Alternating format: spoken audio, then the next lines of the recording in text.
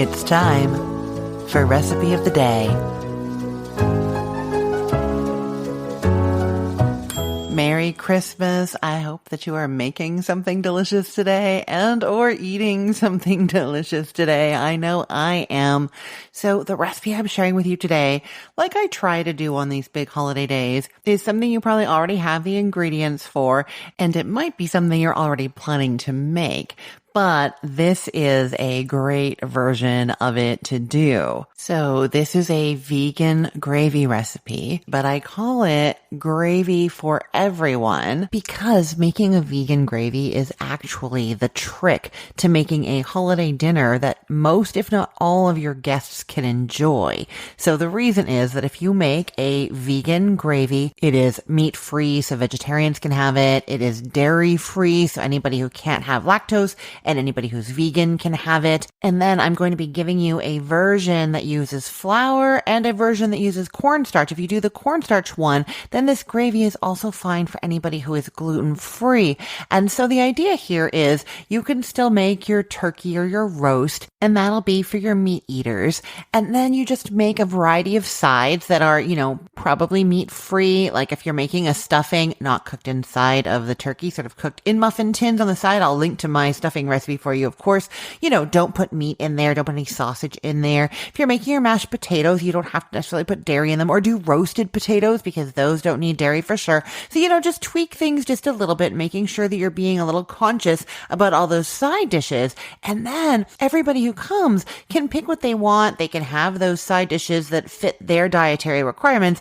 And then everybody can go in with some hot, delicious gravy over top, which makes it special and just seem like a holiday meal. You know what I mean? Okay, so how do you make this vegan gravy that still has rich, robust, delicious flavor, but doesn't have any meat or dairy in it? We're going to be getting the bulk of the color and flavor from sauteing some onions really well and then adding flour to it till that browns. But also we're going to be using potato water for the vegetable broth that has a lot of body. And then we're adding one of a few really great umami-filled flavor components to finish it off. Okay, so first, the potato water, that's what I'm calling this. If you are making mashed potatoes, you are going to do them just the way you normally do, but add in some carrot, celery, onion, and garlic to the mixture. Let that cook as normal for mashed potatoes. Now, what that is actually doing is your water from making the mashed potatoes ends up nice and seasoned from the salt that you add to it, but it also takes on quite a bit of starch and body from the potatoes. And it adds this richness when you use it as a stock. And then we added those other aromatics. Those are going to flavor that water and kind of make your own vegetable stock. Now, you can absolutely skip this step if you are doing roasted potatoes, or if you just don't want to do this, buy some vegetable stock or vegetable broth. Don't worry about it. Just that potato water is a nice thing to add if you're going to have it anyways. So you are starting by making that mixture, your potatoes with the other vegetables, and you're cooking it over a simmer until the potatoes are fork tender. Strain it like you normally would for potatoes, except put a bowl under the strainer so that you catch all of that liquid coming out. Then pull out the carrots and the celery and any onion that you can fish out. Leave the garlic in there. Now you can discard the carrot and celery or just munch on it. It's going to be pretty well cooked, but then you mash your potatoes like normal. Do whatever you're going to do to your potatoes. I'm going to link to a recipe for olive oil mashed potatoes because that is dairy free. But yes, you're going to make those mashed potatoes. We don't care about that anymore. What we care about is that liquid. But set that aside because we're not going to need that just yet.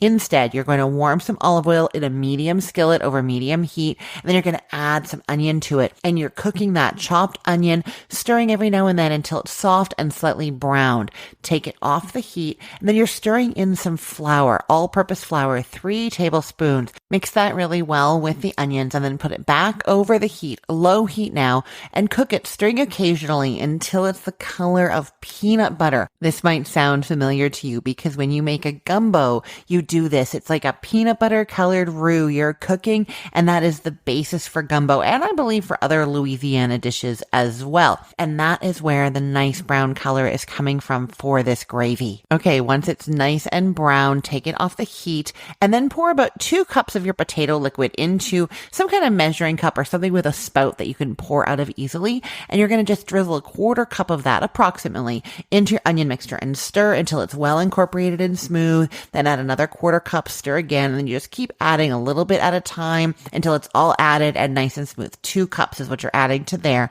Then put that onion mixture back over medium heat and stir till it reaches a simmer, and then simmer it for a minute or so, reduce it down to low, give it a taste. Now, this is where we're going to add some flavor. Don't add salt first. You're going to start with a little bit of poultry seasoning if you want that in there. Poultry seasoning does not have any meat or poultry in it, although, check the label just to be sure. But what it traditionally is a mixture of herbs that go well with poultry. So it's got your thyme and sage. There's usually some marjoram in there, sometimes a little pepper. So you're adding in some poultry seasoning, and then you're adding in one of these ingredients that really bring in that kind of meatier flavor, that umami flavor. And that is either some nutritional yeast if you have it. If you don't, soy sauce is going to add a little bit of dark color and some salt and some of that umami flavor. Or if you have vegan Worcestershire sauce, it has to be the vegan Worcestershire sauce though, because Worcestershire has anchovies in it, and you don't want to add that if you're trying to make this vegetarian or vegan. So any of those 3 things are going to add that little bit of meatiness. And in the case of the soy sauce and the Worcestershire sauce, it's going to add a little bit of dark color as well. Okay, now you've added all the ingredients. You can add in a little bit of salt and pepper to taste. I would just say wait to add the salt, mostly because soy sauce is salty. So if you're going in with that, you want to do that first before adding straight salt. Okay, then you just have to strain it. Put a fine mesh sieve over a bowl, strain the gravy through it, and then you can throw out the onions and anything in your strainer, and the gravy is ready to serve. Now, I also promised you a cornstarch version of this gravy, and I will link to that in the show notes for you, or you can head to cookthestory.com and search for cornstarch gravy. Basically, the difference is you're not going to add the flour to those onions. Instead, you're still going to saute those onions until they're nice and dark, take them off the heat. Then you're going to mix together 2 tablespoons of cornstarch with a 1/4 cup of either dry white wine, vegetable broth, or water, something at room temperature or cold, though. You don't want to add anything hot like your potato water. So you're going to mix together that cornstarch with the 1/4 cup of that liquid, mix that together well. Then after you've added the potato water or the vegetable broth to your sauteed onions, but before heating it, you're going to stir in this little cornstarch mixture, and then that is actually going to act as the thickener. Everything is the same from then out. You're bringing it up to a simmer, simmering it for a minute, seasoning it the same way. The only difference is you're not adding the flour. Instead, you're going straight in with the broth, and then to that broth, you are adding your little cornstarch and liquid mixture. So that is how you make that gluten-free. I will put the link to this recipe in the show notes for this podcast episode, or you can head to cookthestory.com/ROTD and get it there. Everything there is arranged by date, so it's helpful to know that this is December 25th of 2024. I'm Christine Pittman from cookthestory.com, thecookful.com, the all-new chicken cookbook, and from this podcast, Recipe of the Day. Merry Christmas. Let's get cooking.